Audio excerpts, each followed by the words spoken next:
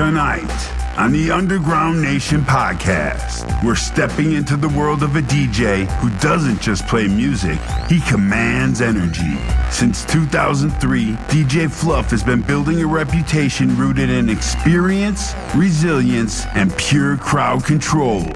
From touring the East Coast with Wolfpack to stepping away for family, only to return stronger and louder in 2010, he shared stages with names like Riot Ten, turned paint parties and foam parties into unforgettable chaos, opened his own after-hours club, and held down an 8-year residency at Whiskey 918 in Tulsa, Oklahoma.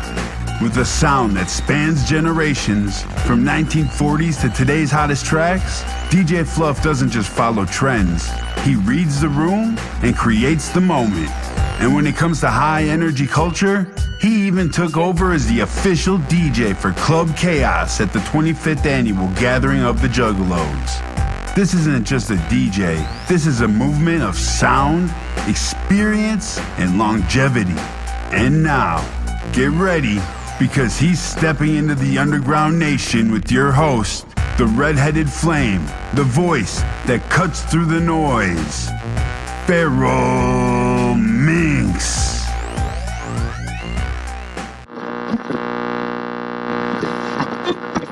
All right, listen, when we talk about DJs, we're not just talking about somebody pressing play. We're talking about somebody who can control a room, shift energy, and turn a regular night into something people remember for years. And tonight, I got somebody who's been doing that forever, all right? I'm talking about a DJ that started back in 2003, hit the East Coast on tour with Wolfpack right out the gate, then made the real life decision to step back and handle family first. And that right there, that already tells me what kind of man I'm dealing with. But here's the part I respect. He didn't stay gone. He came back in 2010 and not quietly either. He came back applying pressure, touring with names like Riot Ten, throwing wild paint parties, foam parties, creating experiences, not just sets. This man even opened up his own after-hours club, held down an 8-year residency at Whiskey 918 in Tulsa. And when I say range, I mean range. From the 40s to today, top 40, country, rock, EDM, it don't matter. He's reading the room and running the vibe. And if you've ever been to the Gathering Juggalos, yeah, you already know the energy because he was the official DJ for Club Chaos at the 25th. So tonight, we're not just talking to a DJ. We're talking to somebody who's been a staple in the scene for years. I am Feral Minx. This is Underground Nation, and we are here to get into it. Let's welcome DJ Phluff. How are you doing? Yo, what's up? Yo, I'm doing good. Awesome.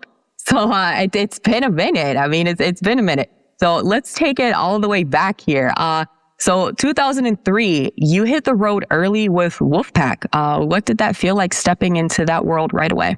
Yeah, straight out the gate. I met those guys at a show here in Tulsa, and they were like, "Oh, we need a DJ for the rest of the tour." I'm like, "I ain't doing nothing. Let's go." So I ended up on the Green Book tour with Twisted, and I was in the band Wolfpack for all the East Coast, up and down. And it was a wild roller coaster from getting shot at by one of the promoters to getting Sure.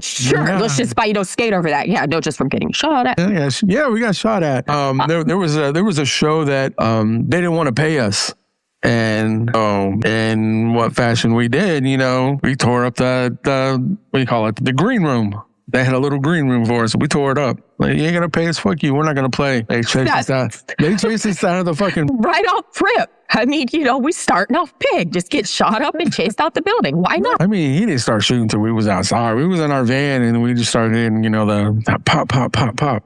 One hell of a that's just started. But, that wasn't like the first one. No, yeah, we beat somebody down in San Antonio, Texas, on the tour because he was walking around with the fucking knife, like threatening motherfuckers. And so y'all off rip, just know don't fuck with Phluff. Don't fuck with Phluff. Outside, and the tank lids off the toilets. Yeah. Oh, no. Upside the head. No. Yeah, well, I could understand I could understand the pew-pews with the vans after that. I could get that. And then one time we're rolling down the highway and there was a band on the tour called Society One. And then one time, going back and forth, we had paintball guns and we were shooting them at each other while we're driving down the highway. State troopers pulled us over and fucking raining outside. I'm out there, shorts and a fucking tank top like I always am. Pissing rain, it's cold. And back then, our Oklahoma IDs were laminated papers, basically. And so they thought ours was fake. And we had to convince them, because there was like there was me and 2 other girls that was from Oklahoma that was on the tour. And we had to convince them like our IDs weren't fake. Like, you could run them. We got our papers, man. They're a little soggy, but we got our papers. So like, oh, real, man. That tour was wild, man. That was so wild. Oh my goodness. It sounds like it. I mean, wet papers, toilet lids, tank lids, YOLO. That's what you get with a Wolfpack, I guess. It was fun though. It was fun. Well, back then versus now, what's the biggest difference in how crowds respond? Man, back then, crowds, we were wild. Like OG Juggalos, we were wild. You didn't come at us with any accusations unless you had proof. And once we got that proof, you were getting stomped the fuck out. I mean, no toilet tank lids, just straight stomping. Just straight curb stomp, motherfucker. Yeah, that facts. Yeah. So now, I mean, crowds aren't quite as... They're not as rowdy-ish. Yes, I did get shot at the gathering. You had a firework go right by your head, sir. I remember that vividly. I witnessed that one. I got hit in the stomach with it. What are you talking about? You were sitting. Your stomach wasn't that far from your head at that point. It was crazy. Crowds different. Yeah, crowds difference, man. So you stepped away. Back then, like, we were family. Yeah. Like, we were a big family. There was never any... We didn't fight each other. We stood up for one another. Now, no, I'm not seeing that. It's crazy. I mean, I'll always low until I'm dead in the ground, Yeah. Shit has changed. I've noticed that, sincerely, there's not as much unity. There's a lot of like interpersonal conflict, and it's just like, what? We're all misfits here. We're all misfits. What happened to the family? What happened to, the OG, the OG back in the day? Let's just curb stomp. No questions, man. Now it's, he has a right. No. Yeah. So you stepped away for family. Be real with me. How tough was that decision? It was tough. My oldest son was being born. And so I had to go back home. I don't want to say had to, but I went back home. Goddamn kids. After the tour was over, I moved to Philly to be with the band. Mm-hmm. And then found out my wife at the time was giving birth to our son, or about to. Mm-hmm. And so I went back home to take care of the family and left the band. And it was tough. It was rough because, I go from being a nobody in Tulsa, Oklahoma, to being on tour with Twisted and Wolfpack and, meeting Joe and Joey, Rob, everybody from Psychopathic, Blaze the Dead Homie, Anybody Killer, hung out with all of them like on a daily, to not being able to, to do that and take care of the family. Like I don't want to say it like that, like taking care of my family wasn't a burden. Like, no, I love taking care of my family. Losing the limelight and just the in the moment of that. Right. Yeah. But I mean, honestly, going from the spotlight and constantly, all of the energy and all of the go, was it a breath? I mean, was it, kind of like taking a break and like a... it was like... Yeah, it was definitely a good rush of breath air, but whatever.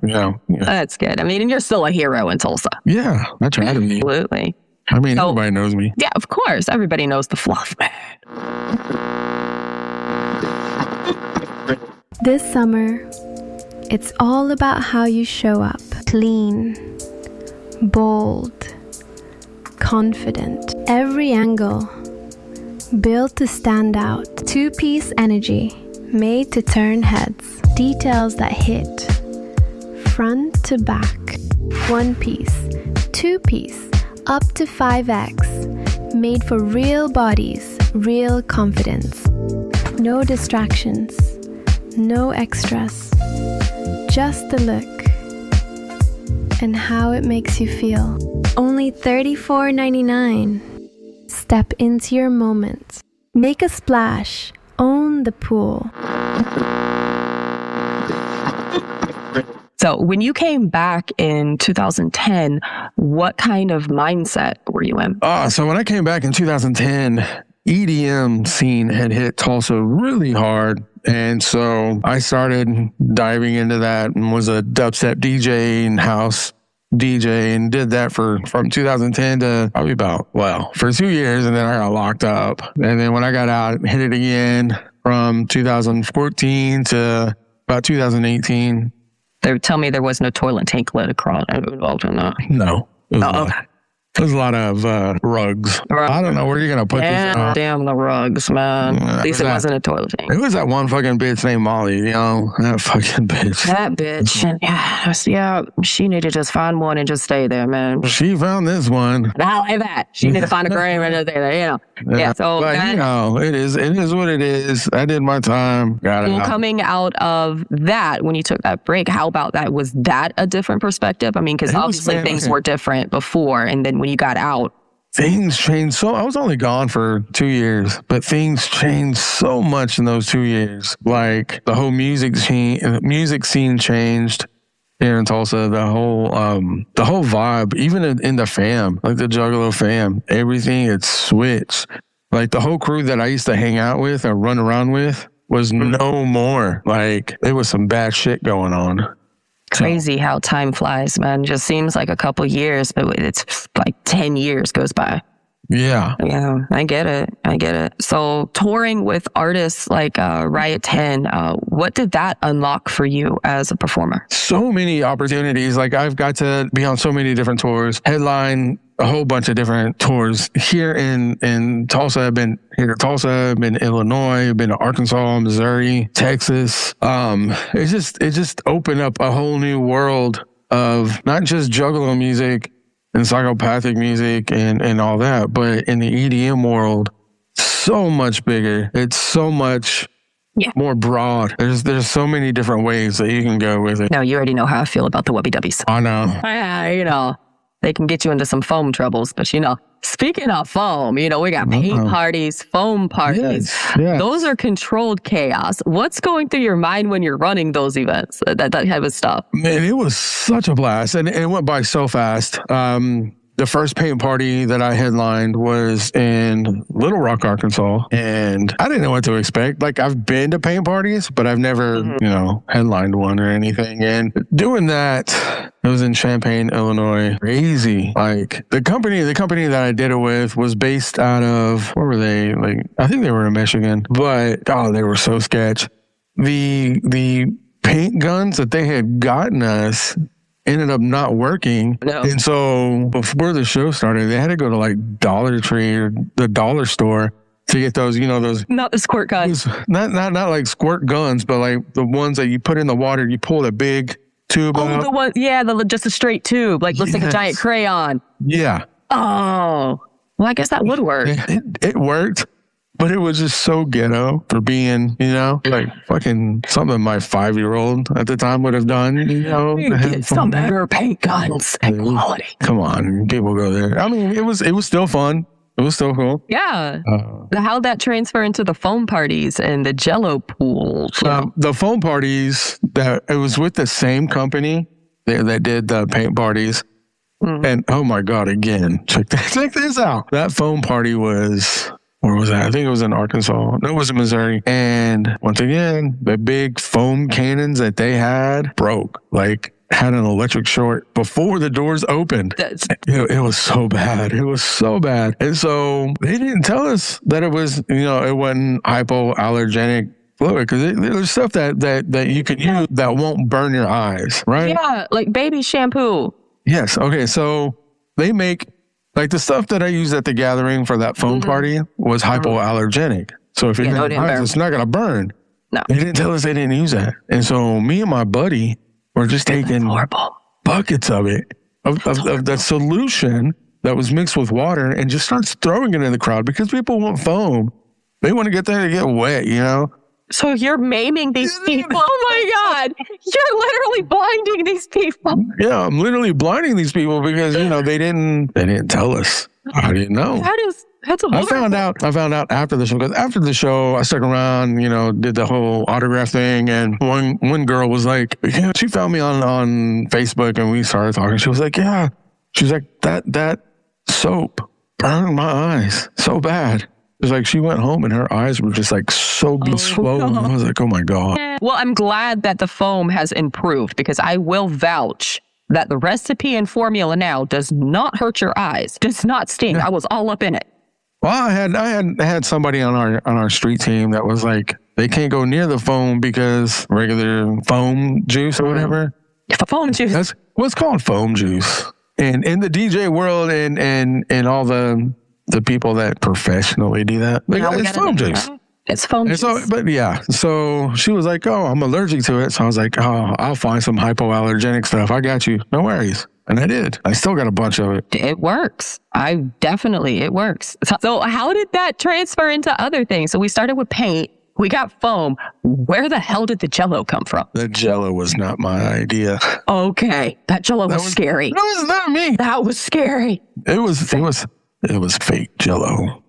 It was scary looking. It was scary. It reminded me, man, what's those little balls that you throw in? Like you throw in the Orbeez, yes. So that's what they look like. I didn't get in there. I was too busy. Don't eat the Jell-O, people. If you see a pool of it, just don't eat it. I wonder how many people actually tried to eat it. I saw a lot of people putting their hands up in there. I saw a lot of other things in that Jell-O. We ain't gonna talk about that. They should have taken the foam after that. That was when the foam party came involved. I mean, the foam was there at the same time, though. Yeah, that's what I'm saying. Yeah, it was great. And then when the foam ran out, they pulled the Jell-O pool inside. Horrible. And then there was nothing for them to clean themselves with. It's not smart. No. Jell-O first, foam after, Yeah, but we learned what to do and what not to do for if we ever do it again. Not sure. Lessons learned. Lessons I've learned. So opening your own after hours club, that's a big move. What pushed you to do that? The EDM scene here in Tulsa, it was just like booming, right? Like everybody couldn't get enough of it. And so me and my buddy, in 2010, he had an after hours club. And then Tulsa's weird. It goes in phases. So from 2010 to 2012, the after hours scene was just hot. Then it died off. And it came back around in 2014, but there was no after hours club besides a hookah lounge. People would go to the hookah lounge and rage out, have like a little rave at the hookah lounge.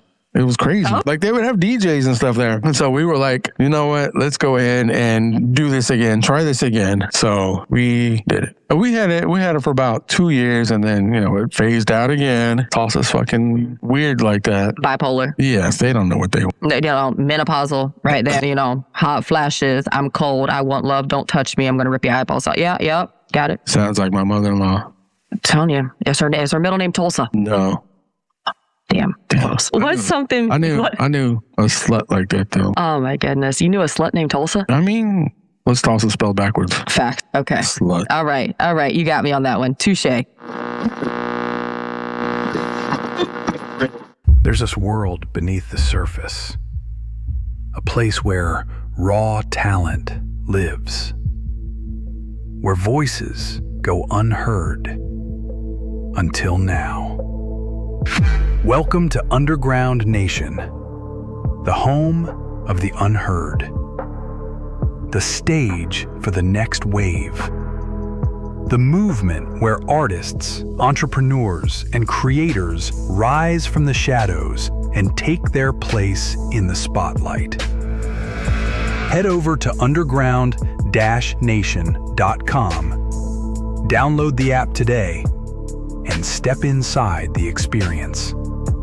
Dive into exclusive news articles, unfiltered reviews, powerful podcasts, and a full collection of magazine issues showcasing talent from across the globe.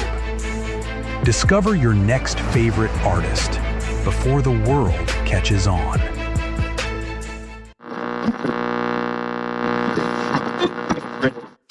What's something people think they understand about nightlife, but they really don't? Nightlife in general. Let's see. Just because you request a song doesn't mean it's going to get played. It's got to fit into the vibe. Say I'm playing fast-paced in your face, just hard hitting, music, and you come and request a slow song, I'm gonna tell you to fuck off.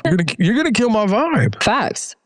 You don't play country in a rap bar. No. Well, in Tulsa you do. We're not talking about Tulsa. In Tulsa, that's a moody bitch. We just.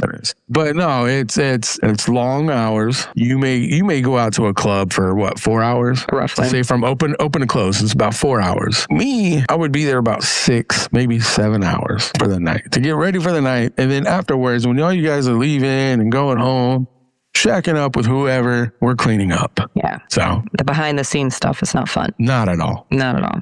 Especially when you have a lot of equipment to move around and pack up and monitor and all that bullshit. Yeah. Hold on one second. Give me 1 second. We're probably going to put commercial in this. Sorry. So look, I quit vaping, right? And I had to find my candy. Oh my goodness. Yeah, I'm sorry. Yeah, no, fat kid needs candy. Fat kid need candy. It's okay. I get it. I feel the pain, man. I feel the pain. So smoking for fucking 30 years. Oh, kudos. It is quick, cold turkey. Eat that candy. You deserve it. I'm trying. Nom it. Nom. So 8 years at Whiskey 918. That consistency. What made you stay locked in like that? It was a guaranteed paycheck every weekend. And that was it. Oh, it's a country club here in Tulsa, and it was a paycheck. Like I'm not a huge country fan. Like there's a couple stuff here and there. Not so much. Maybe that pontoon on the pontoon. No. I like that one. That was fun. You're in Florida too, so you know. Don't you talk about that. Shh.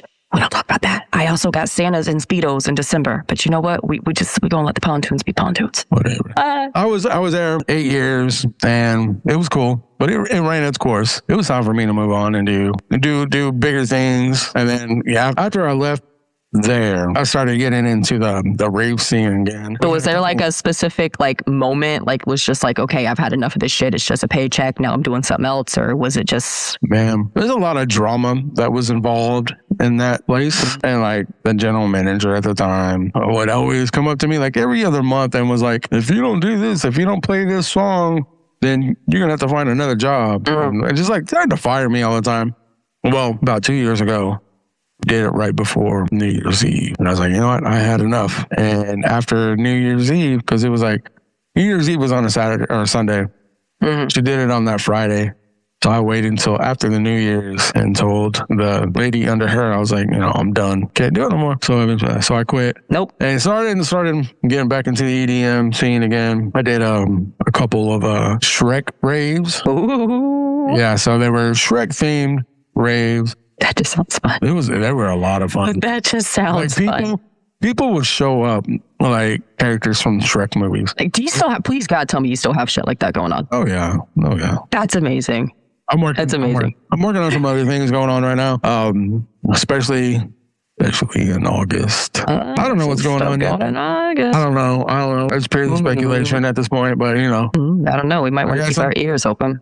I got some. Yeah, I'll definitely let you know when everything's set in stone and absolutely contracts are signed. But all the secret stuff is going to be coming out. It's going to be really good. We might actually have another secret to add to that. We don't know. We're going to wait and see. Yeah. So, like I said, some people's been hitting me up about officiating. Ooh. Yeah. So we'll see. I don't know what's going on yet. Well, we got secrets coming. We got to see. Y'all just keep your eyes and ears open. It's coming. It's coming. So you can play anything from the 40s to EDM. How do you adjust on the fly like that? It's all about reading the crowd. Okay. So say I've got some people my age, 40s, are out there and they're just grooving and getting it on. But then they start to leave. The crowd's got to rotate. Okay. Those people that are dancing, they're getting thirsty. They got to go to the bathroom. They got to take a piss. Mm-hmm. They want to go make out with their girl in the corner, whatever.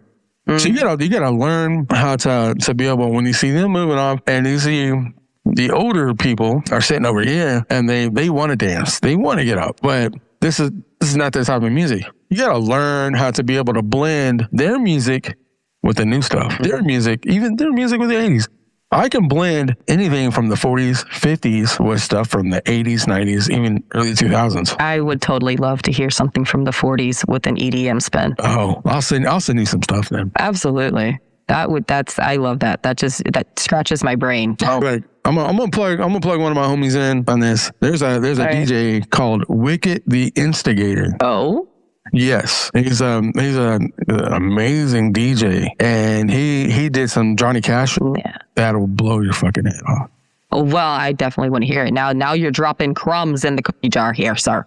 Now I'm curious. Now I got questions. Yeah. So, do you see yourself more as a DJ or as somebody orchestrating the entire vibe? I mean, look, to be a good DJ, you have to set the vibe. You have to set the tone. Because look, if a DJ is not doing his job right, God, I can't talk. If he's not doing his job right, then you people are not going to have a good time. Right. Or people listening to EDM. You gotta know how to read your crowd. You gotta know how to you gotta tell a story. Every time you DJ, you have to tell a story from beginning to end. And if you are not able to tell that story, to take those people on your journey, then you don't know what the hell you're doing. That's right. You got to keep them engaged. The build up, the flow, the drop, all of it. All of it. Yeah.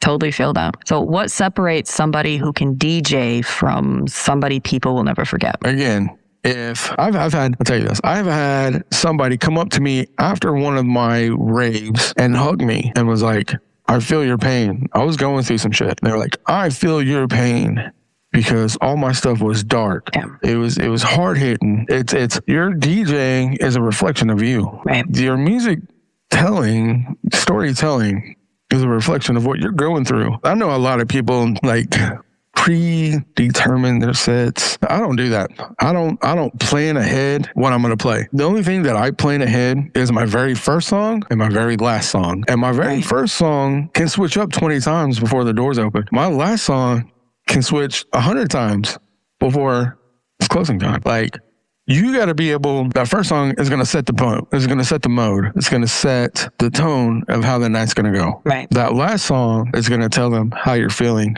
at that moment. So you have to have you have to have a good arsenal. Yeah. Like I tell everybody that talks to me, that wants to book me somewhere. I've got over 40,000 songs in my library. No joke. I have a small fraction of those. Very.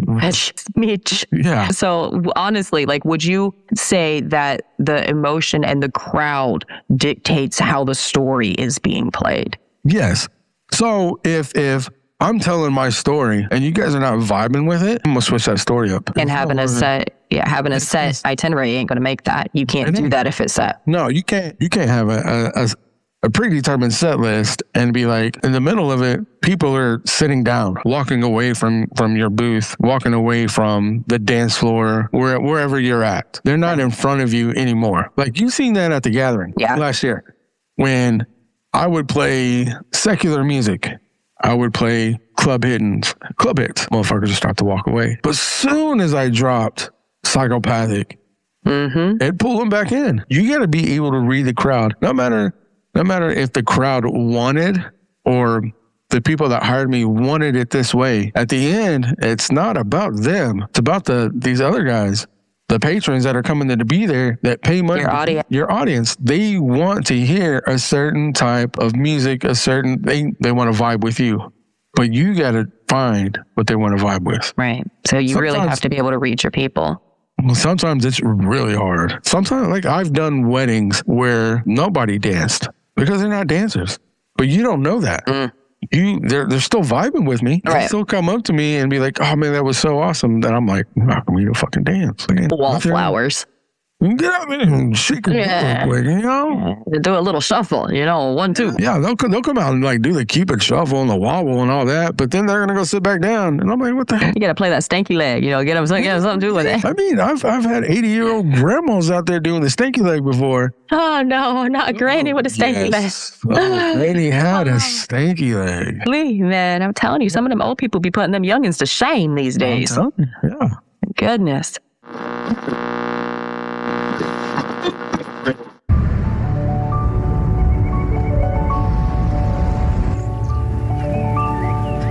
Hello, you. Hello, new. Hello, early. Hello, pump, push. Hello, energy, effort. Hello, movement. Hello goals and real swole, the best you've ever looked. Hello PRs and PBs. Goodbye couch sitting and TV, or tired and groggy, lackluster and foggy. Instead, say hello to a new version of you. And say hello to Make Wellness, to see what you really can do.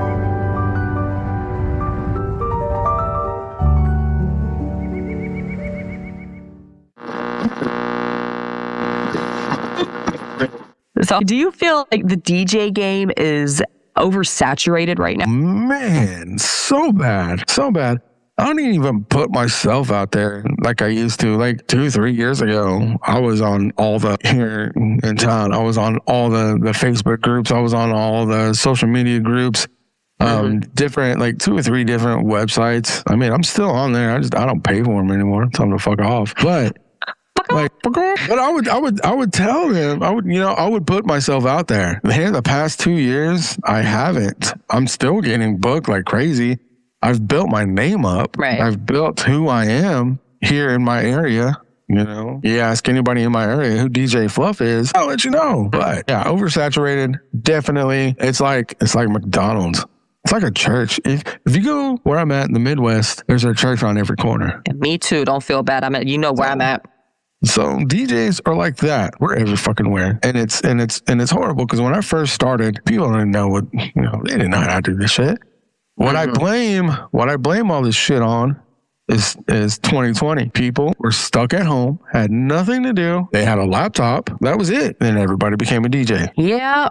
Nobody wanted to get up and get a job and do anything and be unique anymore. They still don't. I'm trying to tell you, man. Look, I don't want to call it my day job, but it's my regular 9 to 5. Yeah, other. My other, and they like this place that I'm working at, they know DJing is my number one. It would always trump wherever I'm working, whatever I'm doing. But I hired somebody the other day, and I was like, they came in that morning. I said, you're hired. Come back later on this afternoon, start training. Fuckers didn't even show up. Oh my God. I remember you posting like we're looking for hires like every other month for like 6 months. You were like nobody wants to show up anymore. Like this is like I said, it's not my passion. I'm good at it. I'm a cook. I ain't ashamed of it. Been a cook over 20 years. But that's not, I don't want to spend 50, 60 hours a week there. No. I've got other shit going on. I got a family. Yeah. I never got to see my family. I honestly feel that that's a big part of that. A lot of people nowadays are being forced into the 9-to-5s, and instead of taking it, and chasing their dreams, like even if the DJing is oversaturated, you can get into mixing, mastering, engineering, producing. There's so many things you could get into, but everybody's focused on that 9-to-5 because they need that paycheck. Yeah. They need that paycheck now. And so I feel like a lot of people are having their dreams pushed off and not being able to fulfill that or chase them because they feel that grind. Exactly. And it's like, I'm going to tell you this. I only have a 9-to-5 job when it's my off season. Right. My off season. Or when we want to go on vacation. Like I'm taking the family to Florida in November. Yeah, we're coming to Florida. I know. But yeah, we'll see. We'll be there probably about 2 weeks. I'll see. We'll see. We're going to be in the Disney area. Oh, that ain't that far. I'm only 2 hours. I'm 2 hours from Orlando. Yeah, you can drive. Where are you at? I'm above Gainesville. Okay. I know. We'll be in Orlando for a while. We're talking about going to Pensacola, and then we have some family in Lake City. Oh my God, Lake City is 30 minutes away from me. Oh fuck. Oh yeah, you're seeing me. You're seeing me. That tells me what kind of person you are. That do not do. It does. You know what?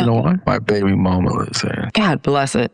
See, I knew there was going to be another foot job. We're going to let that one go. We're going to let that one go. That's where the Jello pools came from, and that's what they're there for. We're going to throw all the baby mamas. We're going to throw all the baby mamas in the Jello pools. The Jello pool came from the ninja from New York. It's going to be dedicated to the baby mamas in Lake City. Baby mamas in Lake City. This one's for you. That's right. Green Jello. Orby style.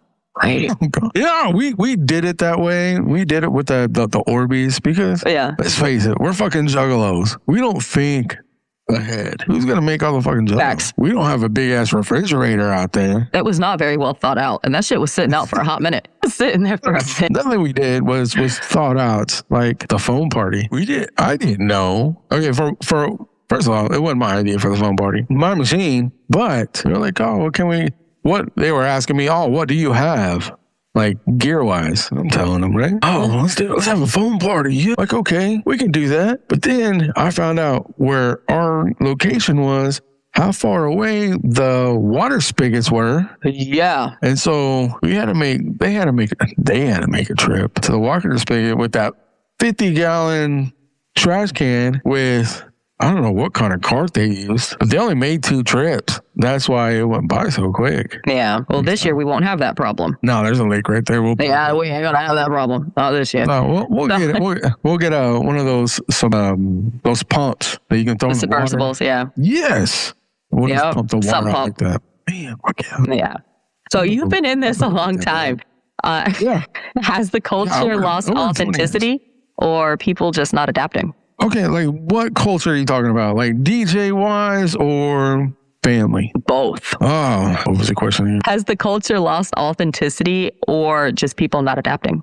So the DJ culture hasn't really lost too much authenticity. It's just oversaturated. There's a DJ everywhere. Yeah. Your little brother in the other room with his laptop, he's a DJ. You know, it's stupid. I mean, I'm not hating on DJs coming up. You know, right? If you are serious about it and you put in the work, like when I first started out, I was going to different bars where I knew my homies were playing. I'm like, hey man, let me get a set. You don't have to pay me. And afterwards, I'd be like, you know, and ask them for like pointers and tips, like help me hone my craft, help me get better. And they did. And, you know, I'm thankful for them. Right. Now, family. Look, I don't think it's really lost in a way it has. In a way it has, in a way it hasn't. Just like you said in the beginning that from yesteryear versus now. Yeah. You know, like just like every genre, every thing that you're into is going to change with the times. Right. Like when we first started, the 6 Joker's cards, the original 6, that was it. After that, ICP is supposed to be done. Like after all 6 have risen, the end of time will consume us all. That was supposed to be it. But I get it. Being in the music business now, I get it. You want to keep pumping out that music. You want to keep attracting the new generation that's coming up. And I understand that. But from our generation of family, of OG juggalos, to this new that don't give a shit about anything, that don't take care of shit, you know? It's sad. I love my juggalo family. Every one of them. Almost every one of them. Yeah, almost. I don't like those kitty touchers. Yeah, we don't do none of that. So, yeah. Would you feel like the shift has come more so like from going back where you first started DJing and you were controlling the crowd and the audience and you were vibing with that? Has that shifted more now because people are just more readily, it's oversaturated and there's just not so much authenticity left in it? I think I focus more on the crowd. Right. If from the crowd's perspective, you know, from them, like having that relationship with the DJ. I think it's important. I think it's really important because if you don't have, I don't want to say necessarily a relationship, but if I'm not vibing with your music, I'm gonna walk away. If I'm not vibing with your style, I'm going to walk away. You've got, for any DJ, you got 2 minutes. That's that transition from one song to the next. If that's not clean, it doesn't blend really well, and you can tell that there's a fuck up right there, you're going to kill my vibe. You're going to kill my vibe so bad because I guess it might be just me being a DJ, but if I can hear that you can't blend one song to the next seamlessly, then I'm not going to stick around. Right. Difference between an amateur and a professional. No. So being part of the gathering, that's a whole different energy.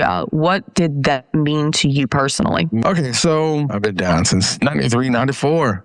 Mm-hmm. Old school. Whoa. Woo, woo. And my dream was to always play the gathering. I'm not a rapper. I used to be a hype man of a rap group. That didn't last long because I don't like the attention on me. I don't like to be out there in front of the crowd. Right. But being able to play at the gathering, it wasn't even just one night. It was 4 nights in a row that I got to play at the gathering. That was dope as hell to me. That was so dope. That was so dream come true shit. Like when Jump Steady called me, I almost hung up. I was like, man, this ain't fucking Rob. And I almost hung up. I was like, no.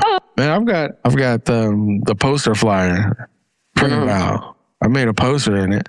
It's hanging on my wall. My fucking contract is hanging on my wall. Printing that shit out. That's a lifelong dream of mine to be able to play at the gathering. And you did it. I did it.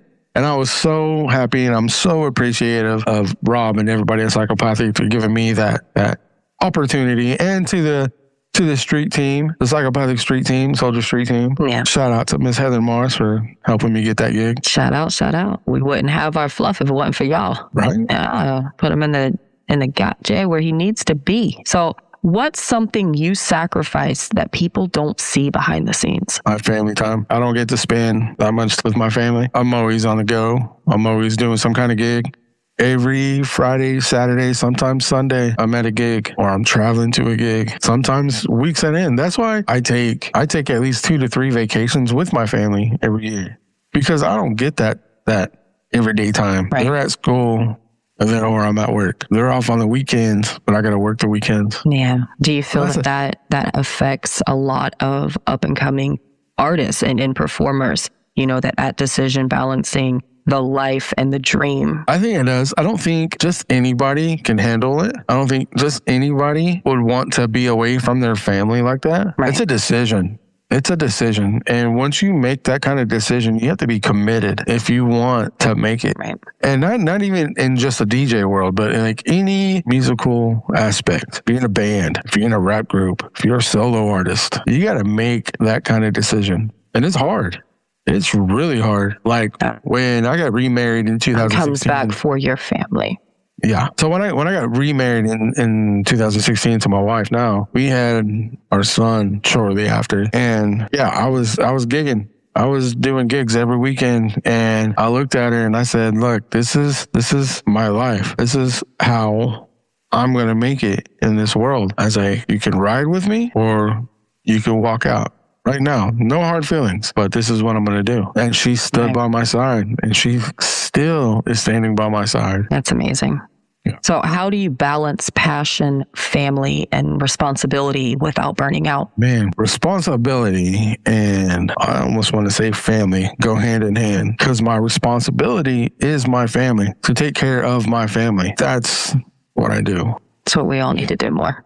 Yes, I agree. Man, I've seen so many people who are in the music world that are just deadbeats, you know? Yeah. But passion, look, you got to have passion. If you are just doing it just to do it, you're like, oh, I'm going to get famous. You know, you might know some of the right people, whatever. But if you don't have that passion, you're not going to excel, because you're not going to get better at what you're doing. You can be a shitty ass artist putting out the same music, not getting any plays because you have no passion in it. And people can tell if you have passion by your performance. Right. Say if I'm DJing, I got a huge crowd, and they're all jumping and having a good time.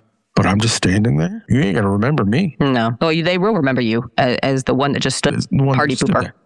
Exactly. Now, granted, at the gathering, you saying me stand there because I had maybe 2 feet behind my booth before there was a huge drop off. Facts. So if I jump too much, because I'm a jumper, I would not trust you jumping on that. Exactly. Would not trust you jumping on that. And I even had to put my booth on the very edge to the front. Right. And I'm like, I can't jump around. Precariously perched. Oh, it was fun. It was fun. So it was fun. It was. So what is something that you would say to somebody listening right now who wants to be a DJ, an actual one to connect with the crowd? What would be your piece of advice? Hone your craft. Practice. Don't be afraid to take those free gigs. Don't be afraid to get pointers from other DJs, other OGs, that's been there. Ask questions. You don't understand something? I can ask. Because if not, and you do get a paid gig and you go up there on that stage and you fuck up, that's what they're going to remember you by. Right. Never give up. Never surrender. That's right. Juggalos don't die. All right. We'll never die alone. We will never die alone. That is right. Well, all right. See, this is what I love right here. Real stories, real growth, real people putting in real work. If you're rocking with DJ Phluff, and I know you are, make sure you go tap right now, like, follow, subscribe, stay connected to everything he's got going on. And if you're trying to discover more artists that are really out here moving and grooving underneath the surface, head over to underground-nation.com. And if you got a story, if you're an artist, entrepreneur, or somebody building something real, send your info to ugnpodcast@gmail.com and get yourself in position. I'm Feral Minx. Stay dangerous, stay creative, and keep making noise where they least expect it. Until next time, y'all keep it real.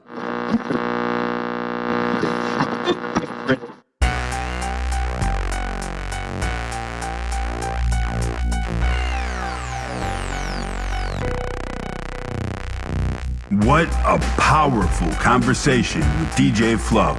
Proof that longevity, adaptability, and passion can take you further than trends ever will. If you're feeling the energy, make sure you go show love. Like, follow, and subscribe to DJ Phluff on all social media platforms and stay tapped in with everything he's bringing to the scene. And if you're looking to discover more amazing DJs who are making noise underneath the surface, visit underground-nation.com. Are you a DJ with a story, a sound, and something to prove? Submit your information now to ugnpodcast@gmail.com for your chance to be featured on a future episode. Until next time, stay loud, stay original, and keep the underground alive.